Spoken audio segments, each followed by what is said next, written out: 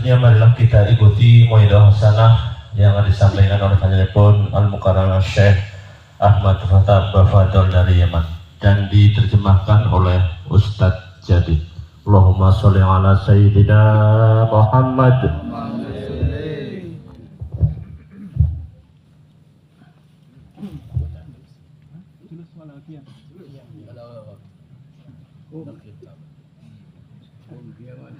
سيف الدين جالس خلاص به نقتدي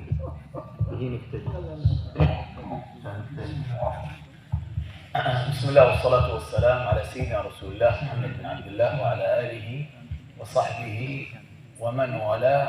سعدنا باللقاء معكم بعد سنتين، جينا قبل سنتين والآن مرت سنتين وكأنه شهر أو شهرين. الحمد لله الذي جمعنا مرة أخرى. Bismillahirrahmanirrahim. Beliau yaitu Syekh Ahmad bin Umar Bafadol dari Kota Tarim, Yaman. Pertama, beliau memulai tausiah pada malam hari ini dengan mengucapkan hamdalah, begitu juga salawat kepada baginda Nabi Muhammad SAW serta keluarga-keluarganya. Beliau mengatakan bahwasanya bahagia, senang sekali bisa bertemu dengan panjenengan semua, yang mana sudah hampir sekitar 2 tahun yang lalu beliau terakhir ke sini. Dan ini adalah sebuah pertemuan yang penuh berkah. Alhamdulillah, amin Allahumma amin. ذلك كله بفضل الله عز وجل ومتابعة شيخنا كيا محمد سيف الدين عامرين الذين من يوم ما سافرت دائما يتواصل معي بالواتساب متى يأتي. حتى السنة الماضية كان يريد يأتي، فهذا دل على شيء، على أنه صاحب نية طيبة وعنده حسن ظن. Pertemuan kita pada malam hari ini adalah sebuah karunia dari Allah Subhanahu wa taala, dan juga ini semuanya peran besar dari Romo Kiai Haji Saifuddin, yang mana beliau selalu berinteraksi dengan kami walaupun jaraknya jauh Indonesia dengan Yaman, akan tetapi melewati WhatsApp beliau selalu menanyakan kabar kami. Artinya ini menunjukkan bahwasanya Kiai Saifuddin ini selalu memiliki niat-niat yang baik dan husnudzon kepada kami. Alhamdulillah, idza kana husnul dzan baina an-nas baina al-ulama baina tullab al-ilm hasal al-khair min Allah. Jadi tatkala ada sifat husnudzon ini di antara para ulama, di antara para santri, ini adalah sebuah tanda sebuah kebaikan. Qala sallallahu alaihi wa alihi wasallam, la yamutanna ahadukum illa huwa yuhsinu adh-dhann billah. Bahwasanya baginda Nabi Muhammad SAW bersabda, tidak akan meninggal pada kalian semua kecuali orang yang memiliki husnudzon kepada Allah Subhanahu wa taala. وقال الله تعالى في الحديث القدسي أنا عند ظن عبدي بي فليظن بي ما شاء. Dan dalam sebuah hadis qudsi disebutkan bahwasanya Allah berfirman, saya ini berada pada prasangka kalian semua. Oleh karena itu berprasangkalah terserah sesuai dengan apa yang kalian kehendaki. قال الإمام القرطبي عند تفسيره لهذا الحديث والمعنى أن يظن الإنسان إذا تاب أن الله يقبل. Imam Qurtubi menjelaskan dalam tafsir ayatnya bahwasanya ini menunjukkan bahwasanya orang silahkan berprasangka ketika dia bertobat kepada Allah, maka berprasangkalah bahwasanya Allah menerima taubatnya. Wa an yadhunna annahu idza da'a Allah ajabah. Dan orang harus berprasangka bahwasanya ketika dia berdoa kepada Allah, maka Allah akan mengabulkan doanya. Wa idza istaghfarahu dhanna annahu yaghfir lahu. Dan ketika dia meminta ampunan kepada Allah, dia berprasangka bahwasanya Allah akan mengampuni dosa-dosanya. Wa idza ata'ahu bil ibadah dhanna anna Allah sayujazi. Dan ketika dia taat menjalankan ibadah kepada Allah Subhanahu wa taala, dia berkeyakinan, berprasangka bahwasanya Allah akan membalas ibadahnya. Wa nahnu al-an ji'na min amakin shatta. Had min Buqur, had min Jawa al-Wusta, ويمكن من جاوة الشرقية، الله أعلم كم مناطق. وأنا جئت من اليمن، اجتمعنا هنا ونحن مسلمين مؤمنين، صلينا على رسول الله، قرأنا المولد، السيرة العطرة، سمعنا الكلام الطيب. نعتقد يقينا أننا إن شاء الله مقبولين. Kita pada malam hari ini datang dari berbagai penjuru tempat, ada yang dari Bogor, ada yang dari tempat di Jawa Tengah, Jawa Timur, dari berbagai tempat. Semuanya berkumpul di sini untuk membaca maulid kepada baginda Muhammad SAW dan juga mendengarkan tausiah dari Romo Kiai Saifuddin. Ya. Ini kita harus yakin bahwasanya apa yang kita lakukan ini akan diterima oleh Allah Subhanahu wa taala. قال العلماء إذا أراد الإنسان أن يعرف قدره ومكانته عند الله فينظر أين وضعه الله. إن كنت دائما مع الصالحين ومع العلماء وتحب الذكر ومجالس التعليم فهذه مكانتك عند الله. وإن كنت في الأماكن الأخرى في السينما وفي الخمر والمخدرات واللعب والبنات فهذا هو محلك. Seorang ya, ketika dia ingin mengetahui posisi dia, derajat dia di sisi Allah, ya, caranya ketika orang itu selalu berada pada majelis ilmu bersama para ulama, ya, orang-orang soleh, orang-orang alim, itu menunjukkan itu berarti posisi dia di sisi Allah adalah seperti dia saat itu. Begitu juga ketika orang ya posisi dia selalu ya bersama mabok-mabokan, ya, dugem, okay, berbagai macam kemaksiatan, itu menunjukkan bahwasanya itulah posisi derajat dia di sisi Allah, yaitu dalam hal kemaksiatan itu. والله سبحانه وتعالى إذا نظر إلى عبده وهو يطلب منه أن يصلحه وهو خاشع متذلل جعله الله الصالح. Ketika ada seorang hamba yang mana di hatinya benar-benar ikhlas, benar-benar sungguh-sungguh, ya, shadiq, agar Allah memperbaiki dirinya, ini dia ketika punya sifat atau rasa keyakinan seperti ini, maka Allah akan memperbaikinya. والصالحين من هذه الأمة كثير حتى جعل الرسول العلماء في هذه الأمة كأنبياء بني إسرائيل. Dan orang-orang soleh pada umat baginda Nabi Muhammad SAW ini adalah sebuah karunia yang mana kita memiliki ulama yang sangat banyak. Bahkan dikatakan para ulama-ulama umat Islam ini, umatnya Kanjeng Nabi ini bagaikan para nabi-nabi Bani Israel. Saking banyak. وقد يكون بعض الصالحين غير معروفين هم يعرفوا أنفسهم. Terkadang ya kita nggak tahu orang soleh ini, ya, saking banyaknya banyak orang-orang soleh yang tidak terkenal, yang nggak kita ketahui.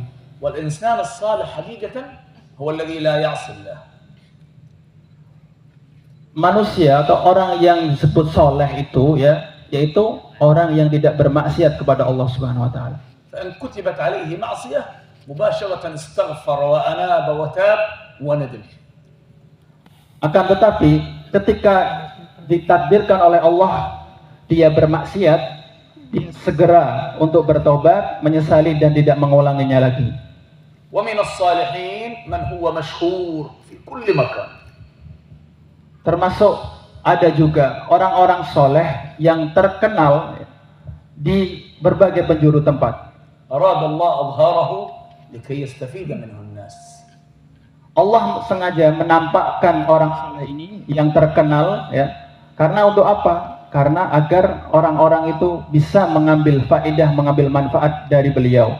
مثل صاحب الطريقة الذي أنتم تتحدثون عنه الآن سيدي الشهاب قدس الله سره الإمام القطب العارف بالله سيدي عبد القادر الجيلاني قدس الله سره. Jadi termasuk dari orang soleh yang mana tadi terkenal disebutkan, salah satunya seperti yang kalian baca manakibnya, yaitu manakib Al-Qutb Syekh Abdul Qadir Al-Jilani. ما شاء الله اسمه في كل مكان بسبب صلاحه وتقواه ونفعه للناس. Nama beliau terkenal dimanapun berada karena apa? Karena kesolehan beliau, karena ketakwaan beliau, karena manfaat beliau untuk orang-orang sekitar.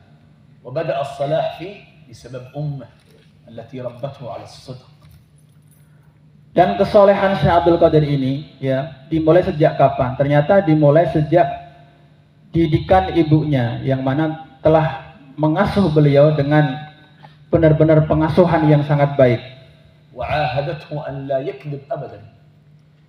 Dan telah membuat sebuah janji ya, kepada Syekh Abdul Qadir ibunya ini bahwasanya agar anaknya itu tidak berbohong walaupun sekali. وسافر كما تعلمون على القافلة ومعه مال مخبي من أمه في سفر ليتعلم وهو طفل صغير.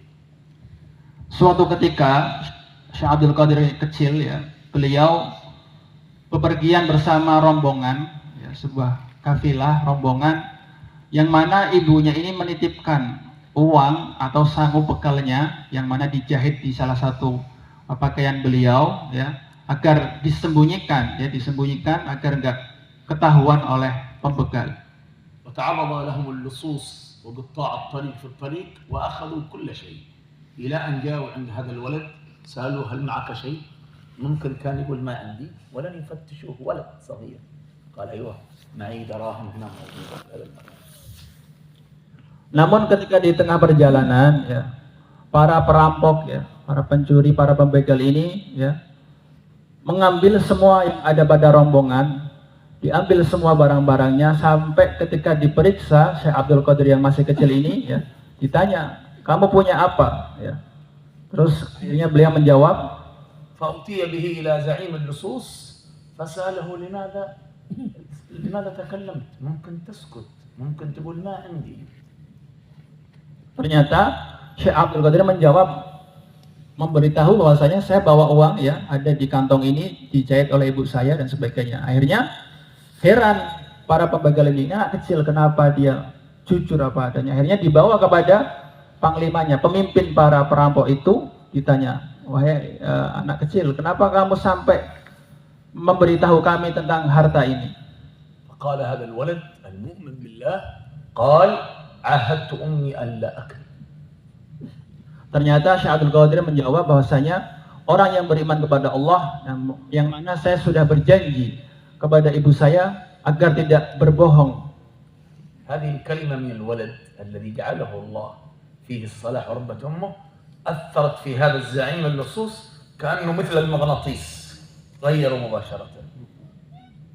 Akhirnya jawaban Syekh Abdul Qadir kecil ini ya, yang mana beliau ini menjawab dari hati beliau yang benar-benar sungguh-sungguh ya, karena ketakwaan dan kesolehan beliau ini menjadikan seperti magnet. Akhirnya yang mana tadi perampok itu dan segenap anggota-anggotanya itu seketika itu berubah. فقال زعيم اللصوص فيما قال هذا ولد صغير عهد لا يكذب وأنا رجل كبير كذبت على الله وعلى الناس وأخذت مالهم فتاب وآب ورجع المال إلى الناس. Pemimpin pencuri ini akhirnya berkata, ini anak kecil aja ya, dia tidak berbohong karena sudah berjanji pada ibunya. Sedangkan saya yang sudah tua ya, saya berbohong kepada Allah, saya bohongi orang-orang banyak, saya ambil, saya rampas harta mereka. تخيلوا طفل صغير يتوب على يده زعيم اللصوص ومجرمين كثر وهو صغير كيف لما يكون كبير. Akhirnya ya para pemimpin pencuri ini dan segenap anak buahnya itu semuanya bertobat kepada Allah ya, bertobat berkat Syekh Abdul Qadir yang masih kecil ini. Jadi coba jenengan bayangin, beliau yang masih kecil aja ya, para perampok ya semuanya ini semua tobat berkat beliau. Bayangin nanti kalau besar seperti apa. ولهذا لما كبر وتعلم صار من كبار الأولياء والعلماء حتى قال قدمي على رقبة كل ولي. والمعنى الأولياء في عصره كلهم يرجعون ويخضعون إليه. Oleh karena itu ketika Syekh Abdul Qadir sudah dewasa dan sepuh kemudian menjadi raja para wali, raja para wali, ini menunjukkan bahwasanya semua para wali ini berada di bawah kekuasaan beliau, di bawah telapak kaki beliau. وصارت الناس تحضر في مجلسه وتسمع كلامه الطري الذي لا يوجد في الكتب، كلام إلهام من الله، فأحيانا في المجلس يبكون ويبكون وأحيانا يموتون. Ini sampai-sampai ya orang-orang yang hadir di majelisnya Syekh Abdul Qadir ini, beliau karena menjelaskan ilmu-ilmu yang nggak ada di kitab, nggak tertulis di kitab, jadi langsung ilham dari Allah, itu menjadikan sampai para hadirinnya menangis saking gemetarnya mendengarkan mau'idhah nasihat beliau, bahkan ya ada yang sampai meninggal di acara. الآن في زمننا هذا نادر ترى ناس يبكون فضلا أن يموتون بل ممكن يتكلم عالم وليس مخلص والناس يضحكون. Zaman sekarang ya kita sudah jarang melihat ya sampai para hadirinnya sampai menangis-nangis bahkan sampai meninggal ya. Yang ada justru yang ceramah orang alim tapi nggak ikhlas, tapi justru para hadirinnya ketawa-ketawa. له كتب عظيمة جدا من ضمنها سر الأسرار. Beliau mempunyai karangan-karangan yang banyak ya, salah satunya kitab yang terkenal yaitu Sirrul Asrar. وكتاب جميل جدا اسمه الغنية. Begitu juga kitab yang sangat bagus namanya kitab Al-Ghunyah. وفي الغنية يتكلم على كثير من الآداب والأخلاق التي ينبغي أن يتحلى بها المؤمن. Dalam kitab Al-Ghunyah ini beliau ya banyak menjelaskan tentang budi pekerti, tata krama ya seorang muslim yang harus dimiliki oleh orang muslim, akhlak-akhlak yang terpuji itu. منها ما تكلم على سنة التيامن في كل خير. Salah satu adab yang disampaikan dalam kitab Al-Ghunyah itu yaitu kesunahan untuk mendahulukan kanan dalam setiap hal. فذكر في الكتاب المصافحة باليمين. Salah satunya yaitu dengan cara bersalaman dengan tangan kanan. والأكل باليمين. Begitu juga makan dengan tangan kanan. والشرب باليمين. Minum dengan tangan kanan. ولبس النعال باليمين. Memakai sandal dengan kaki kanan. والعكس بالشمال. خلع النعال بالشمال. Begitu. عكس النعال بالشمال. إخراج النعال. Tapi sebaliknya ketika mau melepas sandal berarti dengan kaki yang kiri. والمخاط والمزاج بالشمال. Begitu juga ketika mengeluarkan ingus ya, itu dengan tangan kiri. والاستنجاء بالشمال. Begitu juga dengan istinja atau cebok ya dengan tangan kiri. ولهذا كانوا لا يمسكون ذكرهم عند الاستنجاء باليمين لأن اليمين للمصافحة اليسار. Oleh karena itu ya orang-orang soleh itu mereka tidak memegang alat kelaminnya dengan tangan kanan, tapi dengan tangan kiri karena tangan kanan ini biasa digunakan untuk salaman. ذكر هذه الآداب في كتاب الغنية وغيرها من الآداب. تعرفون لماذا؟ لأن الإنسان الذي يعمل بالآداب يصير من الصالحين. Beliau menyebutkan adab-adab ini ya di kitab Ghunyah dan juga kitab-kitab lain beliau ya. Tahu nggak alasannya kenapa? Alasannya karena orang yang mengamalkan adab itu menunjukkan orang itu adalah orang yang soleh. ولهذا كبار الأولياء والصالحين لا تعتقد أنهم مباشرة هكذا صاروا صالحين.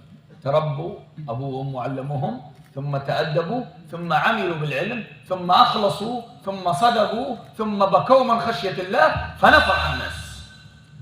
Oleh karena itu ya, para pembesar-besar ulama ya, para wali-wali yang sangat terkenal ya, jangan kira mereka menjadi seperti itu dengan tanpa sebuah usaha.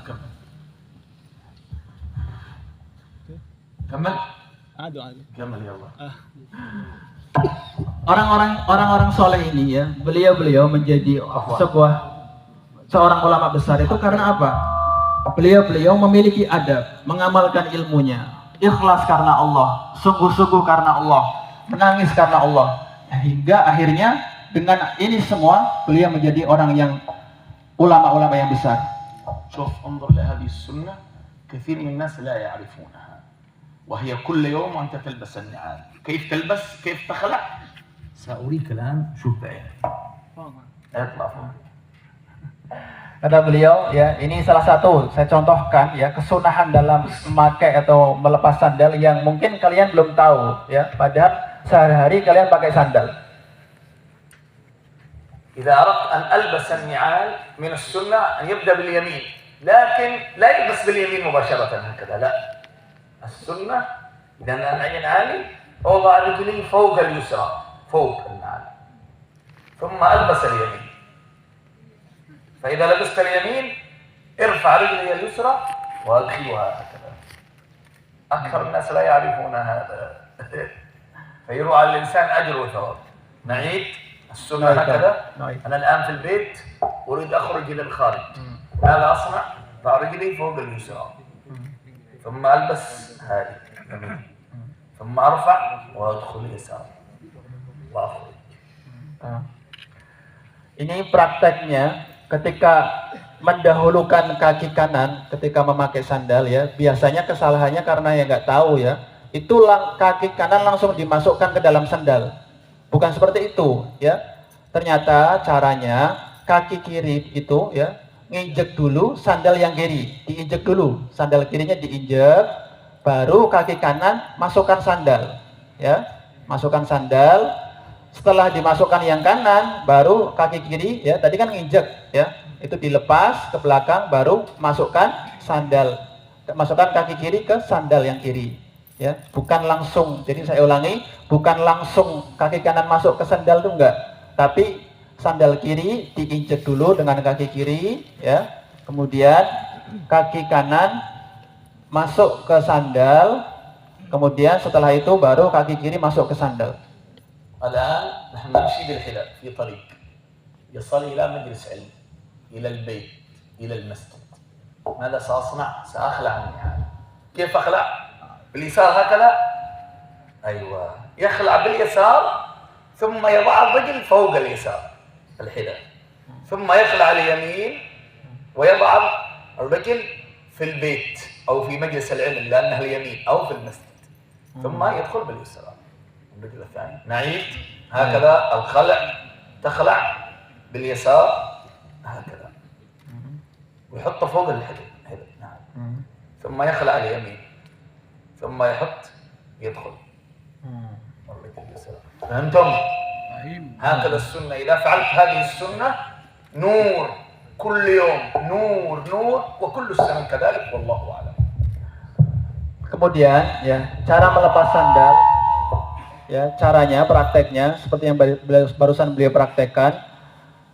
Ketika melepas kita kan harus mendahulukan kaki kiri. Jadi kaki kiri ya dilepas dari sandal ya, kemudian nginjek sandal yang kiri tadi. Setelah melepas sandal, sandal kirinya diinjek dengan kaki kiri dulu ya. Jadi bukan dilepas terus langsung nginjek keramik atau lantai, enggak, tapi sandal kirinya diinjek dulu. Habis diinjek baru kaki kanan dikeluarkan ya. Kalau emang mau masuk rumah, masuk masjid, masuk tempat majelis ilmu, ya langsung ya bisa kaki kanan langsung nginjak tempat tersebut, karena tadi kita masuk mendahulukan kaki kanan, atau bisa juga diinjek dulu sandal kanannya baru masuk, bisa ya. Yang jelas tadi berarti ngelepasnya ya, kaki kiri ngelepas sandal itu nginjek dulu, nginjek sandal kirinya dulu ya, bukan langsung nginjek lantai atau keramik. كل واجب يفعله الإنسان نور في القلب. كل واجب نور في القلب. صلاة وكل سنة نور في القلب، وكل حرام تتركه نور في القلب، وكل مكروه تتركه نور في القلب فيتنور حتى يصير من الصالحين. Ini ya sebuah kesunahan adab yang mana ketika kita mengamalkan ini akan menjadikan nur atau cahaya ya.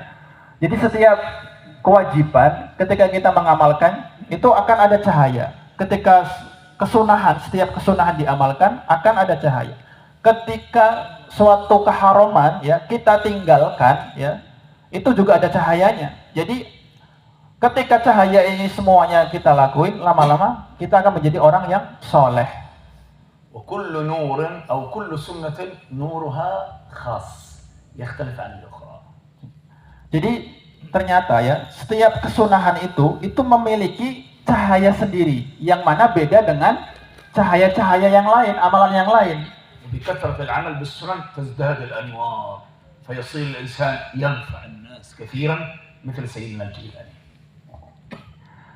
Dan ketika orang itu sudah mengamalkan kesunahan yang banyak, semakin banyak kesunahan dia amalkan, akan semakin bertambah cahayanya dia. Ya. Oleh karena itu, lama-lama kelamaan akan menjadi orang yang bermanfaat bagi orang lain, bagi orang yang sekitar seperti Romo Kiai. Nas'alullah an nakuna jami'an minas salihin. Kita berdoa semoga kita semua menjadi tergolong orang yang soleh. ولا نقوم من هذا المجلس إلا وغفر ذنوبنا كلها. Dan kita tidak bangun dari majelis ini kecuali Allah mengampuni dosa-dosa kita. ونسأل الله أن يجعل قبر سيدي عامرين روضة من رياض الجنة. Kita berdoa semoga kuburan makam Kiai Haji Amirin ini menjadi taman dari taman-taman surga. وأن ينفعنا بسيدي عبد القادر الجيلاني وسائر الصالحين. Dan kita berdoa semoga kita mendapatkan manfaat dari Syekh Abdul Qadir Al-Jilani. اللهم من كان فقيرا فأغنه. Bagi orang-orang hadirin yang masih dalam kemiskinan semoga dikayakan oleh Allah. ومن كان محتاجا فاقض حاجته. Oke, orang-orang yang membutuhkan semoga hajat-hajatnya segera terkabulkan. ومن كان بعيدا عنك فقربه عنك. Dan orang-orang yang jauh dari Allah semoga segera didekatkan. Amin. ومن كان مريضا نسأل الله يشفيه. Dan minta semoga yang sakit segera disembuhkan oleh Allah. ومن كان عازبا وشكلهم كثير الزاد نسأل الله يزوجهم. Dan yang para jomblo-jomblowati ini semoga segera menikah. أما اللي يريد زوجة ثانية وثالثة أنا لا أدعو. Kalau yang ingin istri 2, 3 saya nggak doakan. نسأل الله الهداية والتوفيق صلاح البلاد والعباد والحمد لله رب العالمين. Alhamdulillahirabbil alamin.